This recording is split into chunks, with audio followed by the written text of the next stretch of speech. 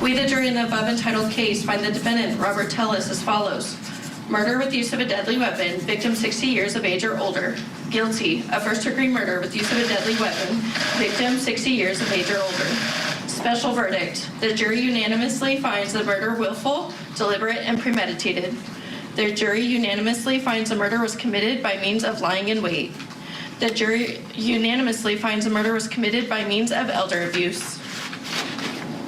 Guilty of first-degree murder with use of a deadly weapon, special verdict. The jury unanimously finds the murder willful, deliberate, premeditated.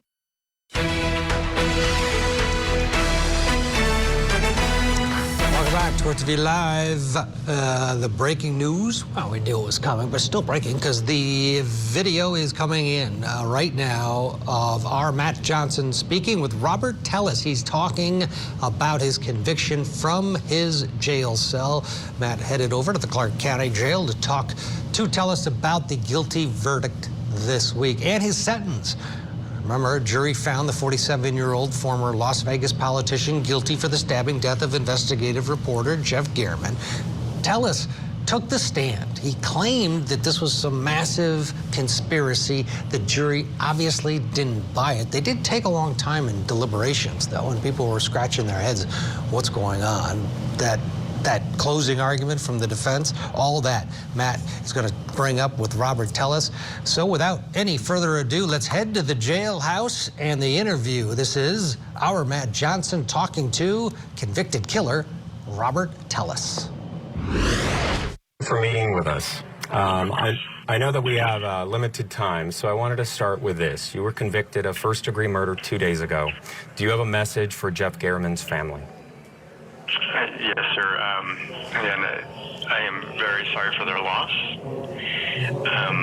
It's tragic. He was clearly a good man who made a difference in the community and a difference in his family, but they certainly have my condolences, but I'm not guilty. I am innocent of his murder. A jury of 12. You're a former attorney. You helped select this jury. You say that they got it wrong? I do. Yes, sir. Why is that? Obviously, there was a lot of evidence in, I think, every different direction. I think one of the important things that the jury did not focus on was the fact that, as was heard earlier during the trial, that at 8:50 a.m. I was at home texting with one of my kids. I did not leave home, and at 9:10, this SUV that looks very similar to my SUV pulls into my neighborhood while I'm still at home, then drives out 2 minutes later, follows the path to Mr. Gehrman's home, murders Mr. Gehrman, and then makes its way back toward my home. Well, let's talk about that because prosecutors pointed to the text message that was on your wife's watch and not your cell phone. She was trying to get a hold of you. So where were you? Again, as I testified, I had taken a walk. And when I came back home, I just walked in the door. I yelled up that I'm home, and that was it. I mentioned, too, that if I hadn't, then certainly she would have texted and called further. Right, so the fact that there was just the one call and text within a couple minutes of each other shows that, again, there was no concern that I was not yet home or anything like that. Why frame you? Because you believe that you're being framed, right? Being framed by who and why? Why not just kill you? Right, and then again, that was something that I addressed on the stand as well. So I believe that Compass Realty, I wanted to do my investigation on this, but I was able to prove it, but I believe Compass Realty framed me to stop me from investigating them. And so when you think about this question about, well, why not kill you instead?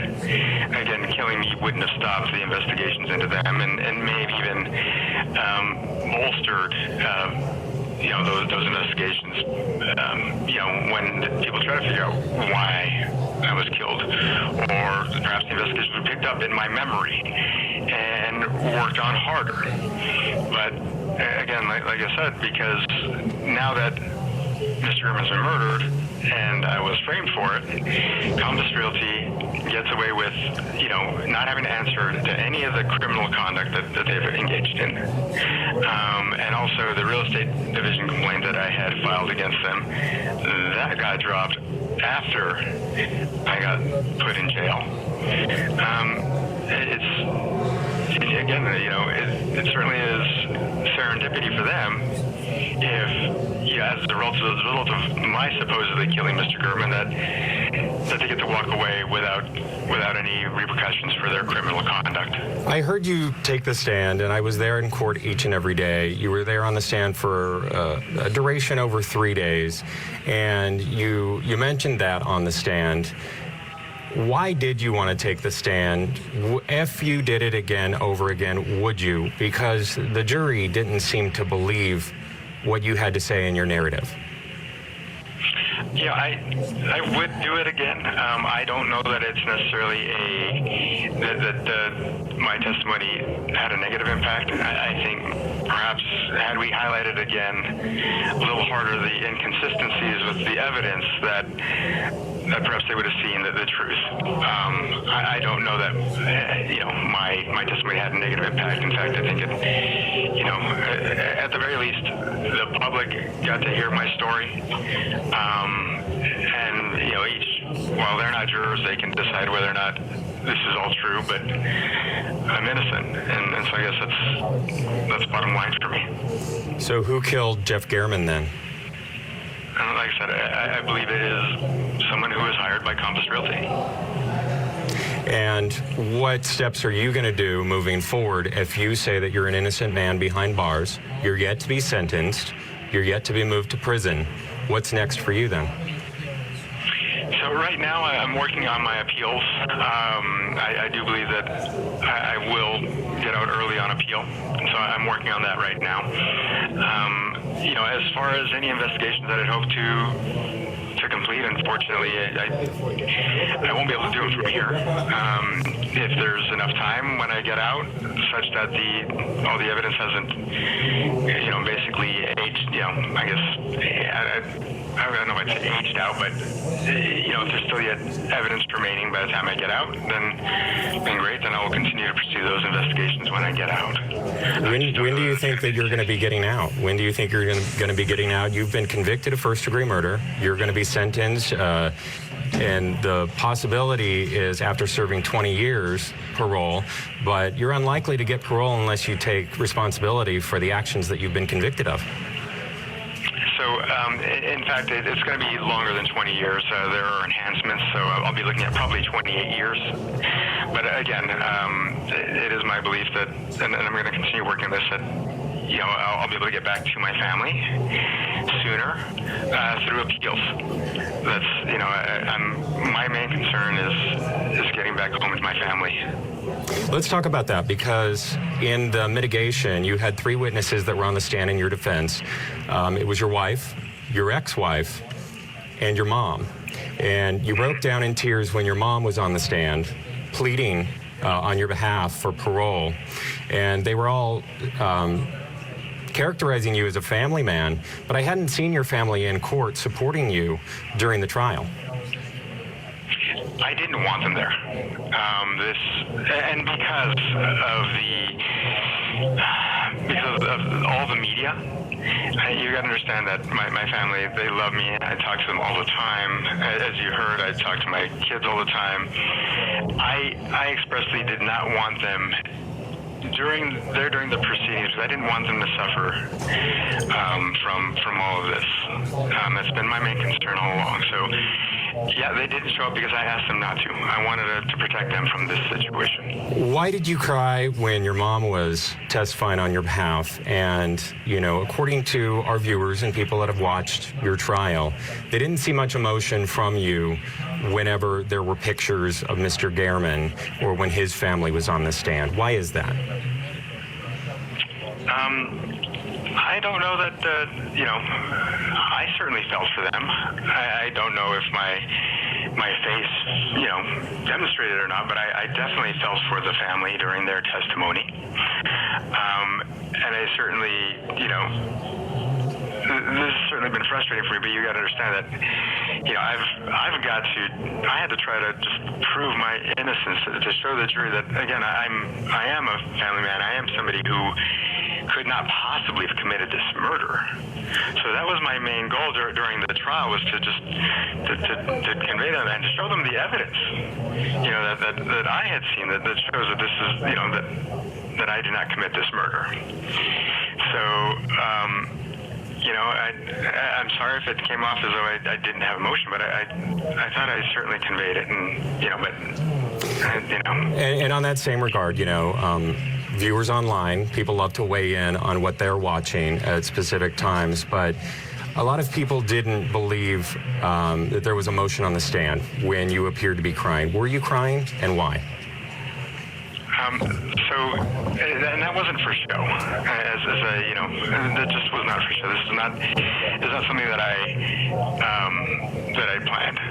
Basically, when I was talking about the fact that I was basically tortured, mentally, during this period where they detained me during the search, and I was already just about broken because they were talking about my family and what this was going to do to my family, and they'd already put me in this paper suit and this freezing environment, and by the time I walked into my house, it was a tornado. They trashed my children's rooms, they trashed my entire house, and my wife was sitting on the floor crying, and so I cried on the stand, and it wasn't for show. It wasn't me trying to gain any sympathy. I cried.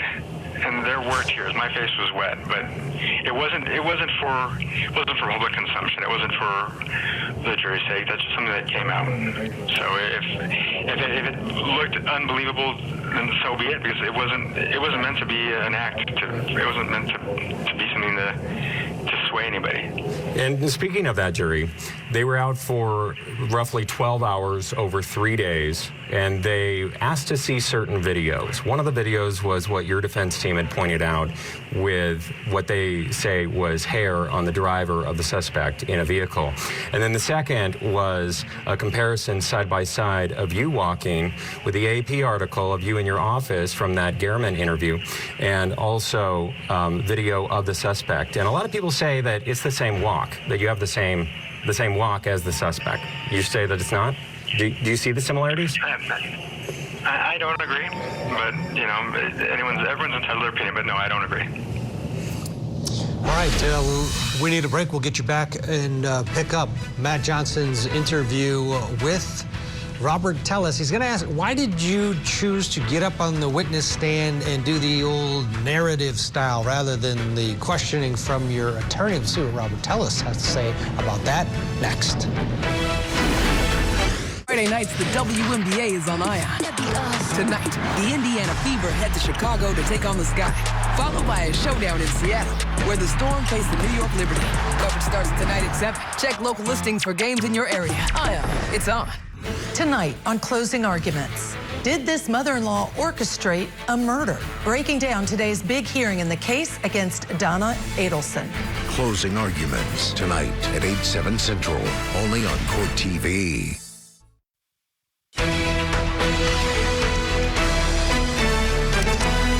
Robert Tellis, the convicted killer, is speaking out from from the jailhouse where he's being held now, just temporarily. He's going to be sent off to prison very soon.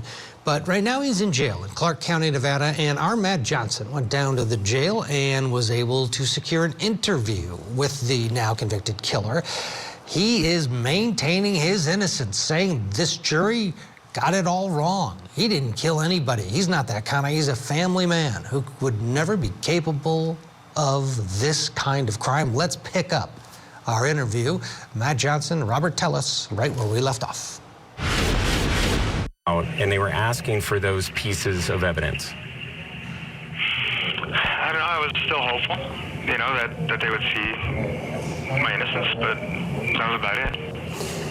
When the jury came back and we were all waiting, and then they asked you to stand at that defense table and they read the verdict, what went through your mind then?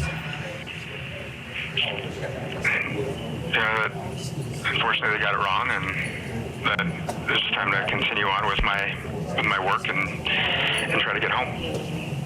You know, I know that you say that you believe that they got it wrong. Again, I want to circle back to how are you going to continue your investigation and to prove your innocence, since you really believe that, while behind bars, while in prison? I think there are potentially a couple different ways, and we'll see whether or not they pan out.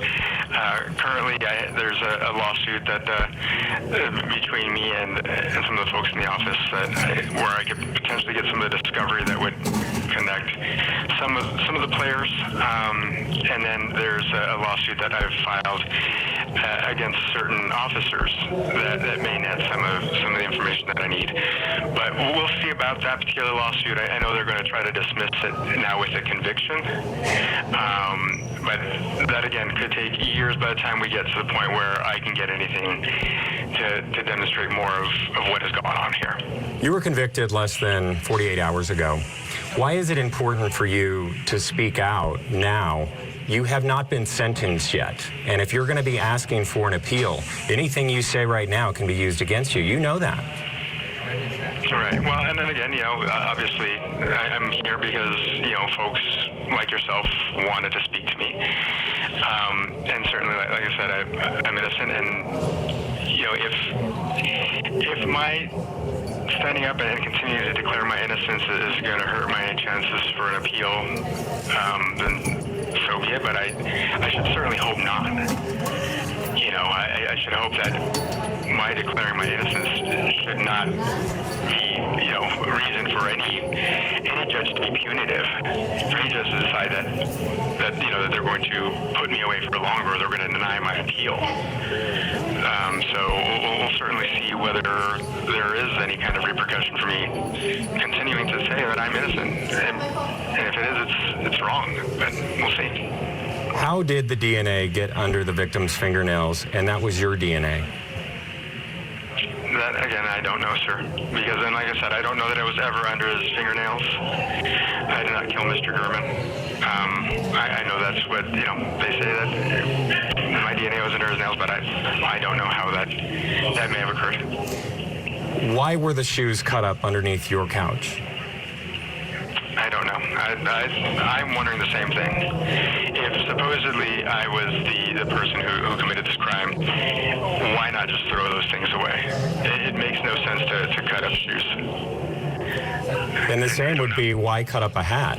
And why get rid of other items? According to prosecutors and according to your conviction, this jury believes you killed Mr. Gehrman, you came home, you cut up the shoes, you cut up the hat, but then you got rid of other items, including the orange shirt, the pants, and the murder weapon. How did those items still get in your home if they're trying to frame you? Where is the murder weapon? And again, so just what you're saying makes no sense, right? I mean, if I were the killer and I got rid of some of the items, why wouldn't I get rid of all of the items at once? It makes no sense. And then on top of that, the alleged hiding places for these items, one was under my couch, and then another was an open toolbox. Again, it just doesn't make any sense. If you believe that the jury got it wrong and you are still innocent, what is your message to that jury then? They vested so much time and did their civil duty. What's your message to the jury? Yeah, I appreciate that they felt they did their duty, but they got it wrong. But again, beyond that, there's not much else I can say. I'm focused on trying to prove my innocence and trying to get home. Did you kill Jeff Gehrman? I did not, sir, no. And again, your message to his family. And I'm very sorry for their loss. We've all been through a lot with this situation. And I'm hoping that, that they too can, when they move on, and it's a horrible, horrible situation all around. We're all suffering for it. Why did your team decide to go with the narrative versus you being asked questions on the stand, it appeared to me that the jury was never given an explanation for that. And that's what juries expect. They expect the defense team to ask questions. Why did you choose narrative? Well, I chose a narrative style just because, again, I had so much to say that it would have been so difficult for us to get through it all if we were doing it in a question and answer form. Just like in any, and again, I'm not testifying as an expert witness, but oftentimes when an expert witness testifies, they're given a question and they'll elaborate quite a bit on that one particular question. I had so many particular questions that I wanted to answer that for us to do it in a question and answer form would have just been so tedious. I think we would have lost the jury well before we got halfway through my testimony. So that's why it was a narrative. Is there anything that you wish you had said that you think could have changed your trial? I think if perhaps I thought we made it clear that I was home when that SUV drove into my neighborhood. If it was not, maybe I wish I would have hammered on that more to just say, hey, look, I cannot be in two places at once, so you got to consider that. I was at home. So I think that would have been pretty definitive as far as, evidence goes that I'm innocent. But beyond that, I think we did what we could. Prosecutors say that you were not home, that your cell phone was home, and that's the reason why your wife was wondering where you were. If you recall, again, their own expert testified that at 8:50 a.m. I was using my phone, texting. And again, at 9, so at home at 8:50, texting, and then this SUV comes into my neighborhood at 9:10. So even their evidence shows the same. Like I said, that's what I needed to hammer on more, I think, and perhaps that got lost in all the shuffle of all this evidence, I think. Is there any other evidence that you had hoped that the jury would see that you think could have changed the outcome? I think a bit more of the evidence regarding motivations behind Detective Jappy's actions would have perhaps demonstrated that Detective Jappy was not just doing his job. Okay, that was it. The feed cut off because the time was limited from the jail, so that was it. The interview with Matt Johnson and Robert Tellis. He sticking to his story, saying that he didn't do it, saying the jury got it wrong, and that he plans to appeal down the line, acknowledging it's going to take several years to even maybe get some real ammunition for an eventual appeal. But Matt asked him, are you sure you want to do this? Because parole is based a lot on the conduct of the individual, and part of that is accepting and also basically admitting it and saying you're sorry on different levels through actions and words. He is a long way from that, but he's also a long way from for his first parole hearing. Michael Jeffers watching, national trial attorney, Big Case Mike, on a Friday before the holiday weekend. No holidays coming for Mr. Tellis. He's heading to prison. What's your take on, it was more of the same from what we saw on the stand, really. Anything stand out to you of note from this defendant having gone through being found guilty? Yeah, the way that the feed cut off is the perfect bookend to my analogy of this case, which is that of a Greek tragedy. Look how this ended. A person who loves to talk was cut off by the system. Reality finally caught up to him. He wanted to talk. That interview could have gone on for probably 17 hours. Matt Johnson would have been asleep, and Robert Tellis would have still been speaking his drivel about being innocent. One of the things that stood out for me in that interview was how Matt Johnson asked him about his wife and his family, because all of us were wondering that same question. How was it that your family, so beautiful, so gorgeous, so loving, we found out about them after you were convicted? Matt Johnson asked a lot of really great questions about, hey, why did you do the narrative? Why did you do this? He didn't have a good answer for that. I know the answer. He just loves to talk. And he's, Oedipus from the Greek tragedy, the man who had it all and was determined to destroy it against all hell, right? So some of the things stood out for me in that interview that, this is who he is, right? He has a hole in his soul. He had it all. He literally had it all. And all he had to do was just enjoy it. But instead, he was determined to destroy it, right? We saw his family, crying. They were just as much as victims as, less so than the Germans, obviously, but they're victims as well. The daughter with diabetes, who he cares for every day, according to reports, he's been speaking to her every day, even while he's in jail. She needs you, man. Stay at home. Don't premeditatedly murder a reporter. And I love how Matt Johnson asked him about, the text message from his wife, and I went for a walk. My God, it just killed me. Every time I look at this case, it kills me to think about how he had it all. He was a former public administrator in the most lucrative county in the country for that type of a position. He was the person who oversaw real estate sales for dilapidated properties, right? He was also a civil attorney. So after he lost his reelection, he could have just gone out to the private sector and made 7 figures, millions and millions of dollars. I know of many law firms that would have just put him on their website and said, Jeff, Robert Tellis is part of our firm. We charge $1,500 an hour for his time. People would have lined up to hire Robert Tellis, but instead he bought this dumb, stupid orange jumpsuit and walked, and he drove his own car and he walked to the reporter's house and viciously stabbed him.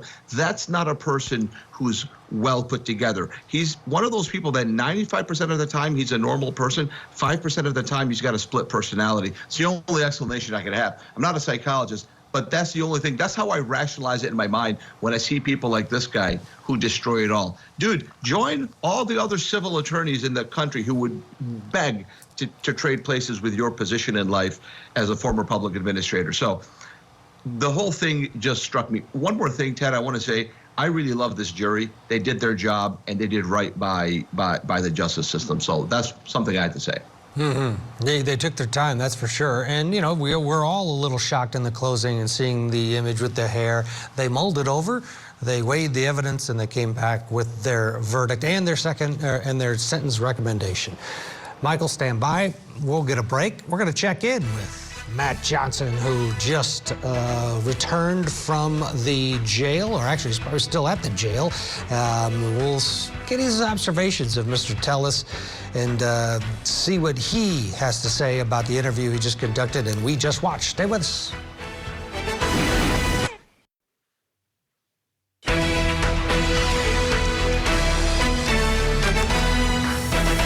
Welcome back to Court TV Live. We just watched convicted killer Robert Tellis telling our Matt Johnson that jury got it wrong. He is not responsible for Jeff German's murder. Matt Johnson is joining us now from Las Vegas, across the street from the jail. We're back at the courthouse. Matt, great job on the interview. People online are saying what a great job you did. And it's fascinating to me that he is really hanging on to this. I loved your first question because it really put him in an awkward position to talk about German's family, and he felt a little thrown by that, and was giving maybe the rehearsed answer for that he'd had in his head. Oh, I feel sorry for them, but he seemed a bit off guard, which was great, and then all of the follow-ups were. Did anything stand out to you that maybe we didn't see in terms of the environment of the jail or him or anything, him walking up? Anything stand out to you that maybe we couldn't pick up on the video there from your vantage point interviewing Tellis? Yeah, it's a little bit interesting to do an interview with an inmate over at the Clark County Detention Center, which is across the street from the jail that he was, or this courthouse where he was convicted less than 48 hours ago. Like, just that in itself is mind-boggling. But, being in that environment, you're in a very small cubicle. You're not face-to-face. You're not facing him on the other side of a glass. He isn't brought down and shackled in front of you. He's on a monitor.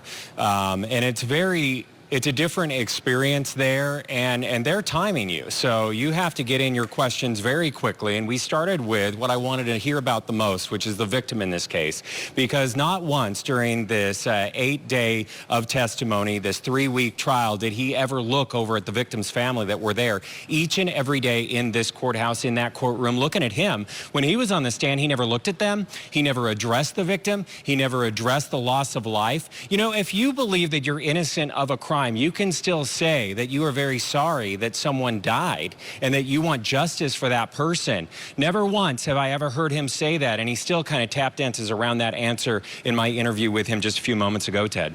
Yeah, he sure did. And the other part of the equation, I love that you brought up to him. He knows this very well as an attorney. His only chance of seeing the light of day is to say, I did it, I'm sorry, I've rehabilitated 20-some years from now. And he's doing this before he's even sentenced. And a judge can depart upward. He seems oblivious to it, and you wonder if this is, he wants his family to still somehow believe that he didn't do it. But you were there during the sentencing, and to me, it felt like the family knew he did it. Like that they were asking for leniency and for an opportunity for parole down the line, but it sure came across that they acknowledged and they accepted the jury's verdict. I don't know about you, but what was your take in terms of that and the idea that he's still now saying he didn't do it? I think that we were all looking at each other when we're seeing the family for the first time, the wife, the ex-wife, and then the mother take the stand. She flew in from Texas where he had grown up. And, they're pleading for leniency. And it was what they didn't say, because not one person except the mother took acceptance of this whole trial process and that he was convicted. They never said anything about the victim, the victim's family. And again, it was just self-serving. And he was breaking down in tears when he was hearing his mom talk about him being a family man. And that's why I was pressing him on that issue in this interview, because I didn't see his family there at court. Usually when someone is wrongfully accused in their eyes, the family sticks behind the person. But in this case, we didn't see that. We didn't see them mention that when they were giving their mitigation answers to this jury before the sentencing recommendation. We didn't see any of that. And that in itself was also very telling, I think, for a lot of people. Ted? Yeah. Right. Yeah, he didn't want his family there, because if they would have attended trial every day, they would have said, oh boy, he did it. There's overwhelming evidence. The DNA under the nails, I mean, he just doesn't have an answer for it. And it's almost like, yeah, I'm mad too. You think you guys are upset by the deal? Look, I'm upset by this too. But no, I mean it's what he's alleging. This conspiracy is so detailed and hits so many different. It's not just Compass Realty. They're not able to plant DNA, and it's funny that's the one thing on the stand. And then again, when you asked him, he just doesn't have an answer. He just talks in a circle, and I was sitting there in front of him, in front of that monitor, asking him questions, and I felt like I was listening to his narrative when he was on the stand. It's everybody but him that is at fault of this. People are planting evidence against him. It's the realty group, it's the realtors, it is the police department, it is the district attorney.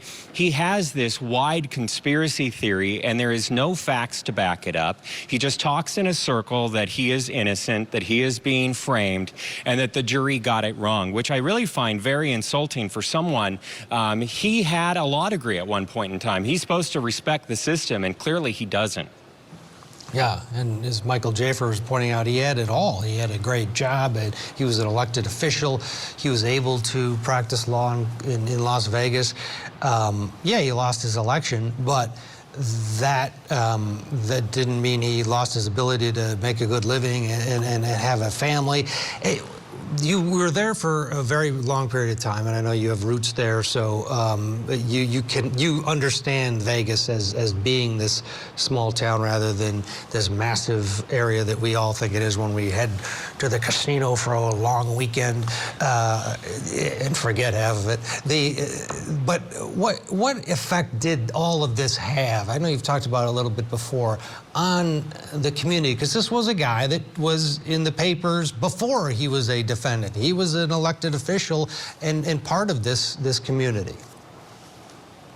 Yeah, I love the juxtaposition that you're bringing up here, because you have this defendant, now convicted killer. And I loved how the prosecutors brought it up in their rebuttal closing. They said no one knew what a county administrator was before this case even came about. No one was doing an investigation until the allegations of a hostile work environment came forward. And then you have this journalist, this investigative journalist working for the major newspaper in this small town, who is also really well known for his work with uncovering investigations with the mob and with casinos and a lot of investigative work. So you have this beloved person in the community that was also, doing local sports. He would be very active in other ways. And it is a small town.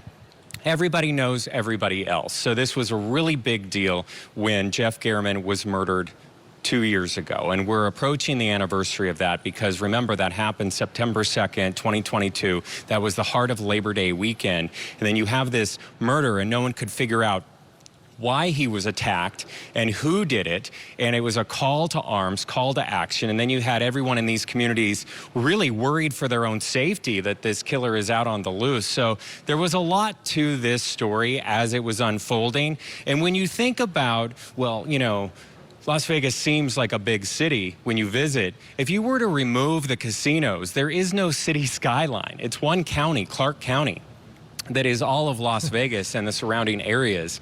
It's a small town. Yeah, that's a great point. Yeah, that's a massive skyline. But yeah, you move that out of the way, and there it is. So great job, Matt Johnson, with the interview of Robert Tellis. And what we learned was that Robert Tellis is sticking to his guns, saying that he did not kill Jeff Garman, despite the fact that the jury came back with that guilty verdict. And Michael Jaffer, your final word on this before we switch gears.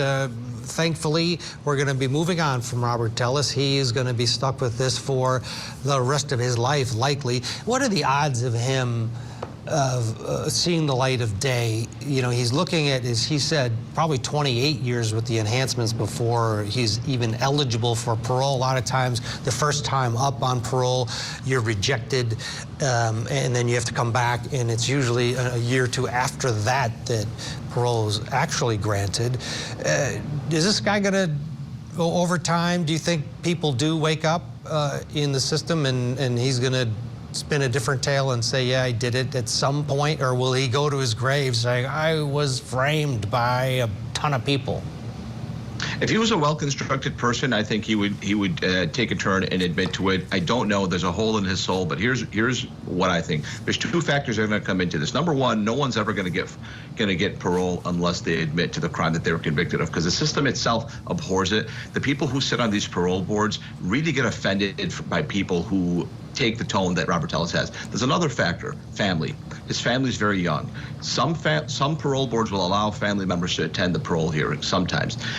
At Robert Tellis's parole hearing, he's not only going to have his current wife, he's going to have his ex-wife. Now, obviously, we're talking 30 years from now, right?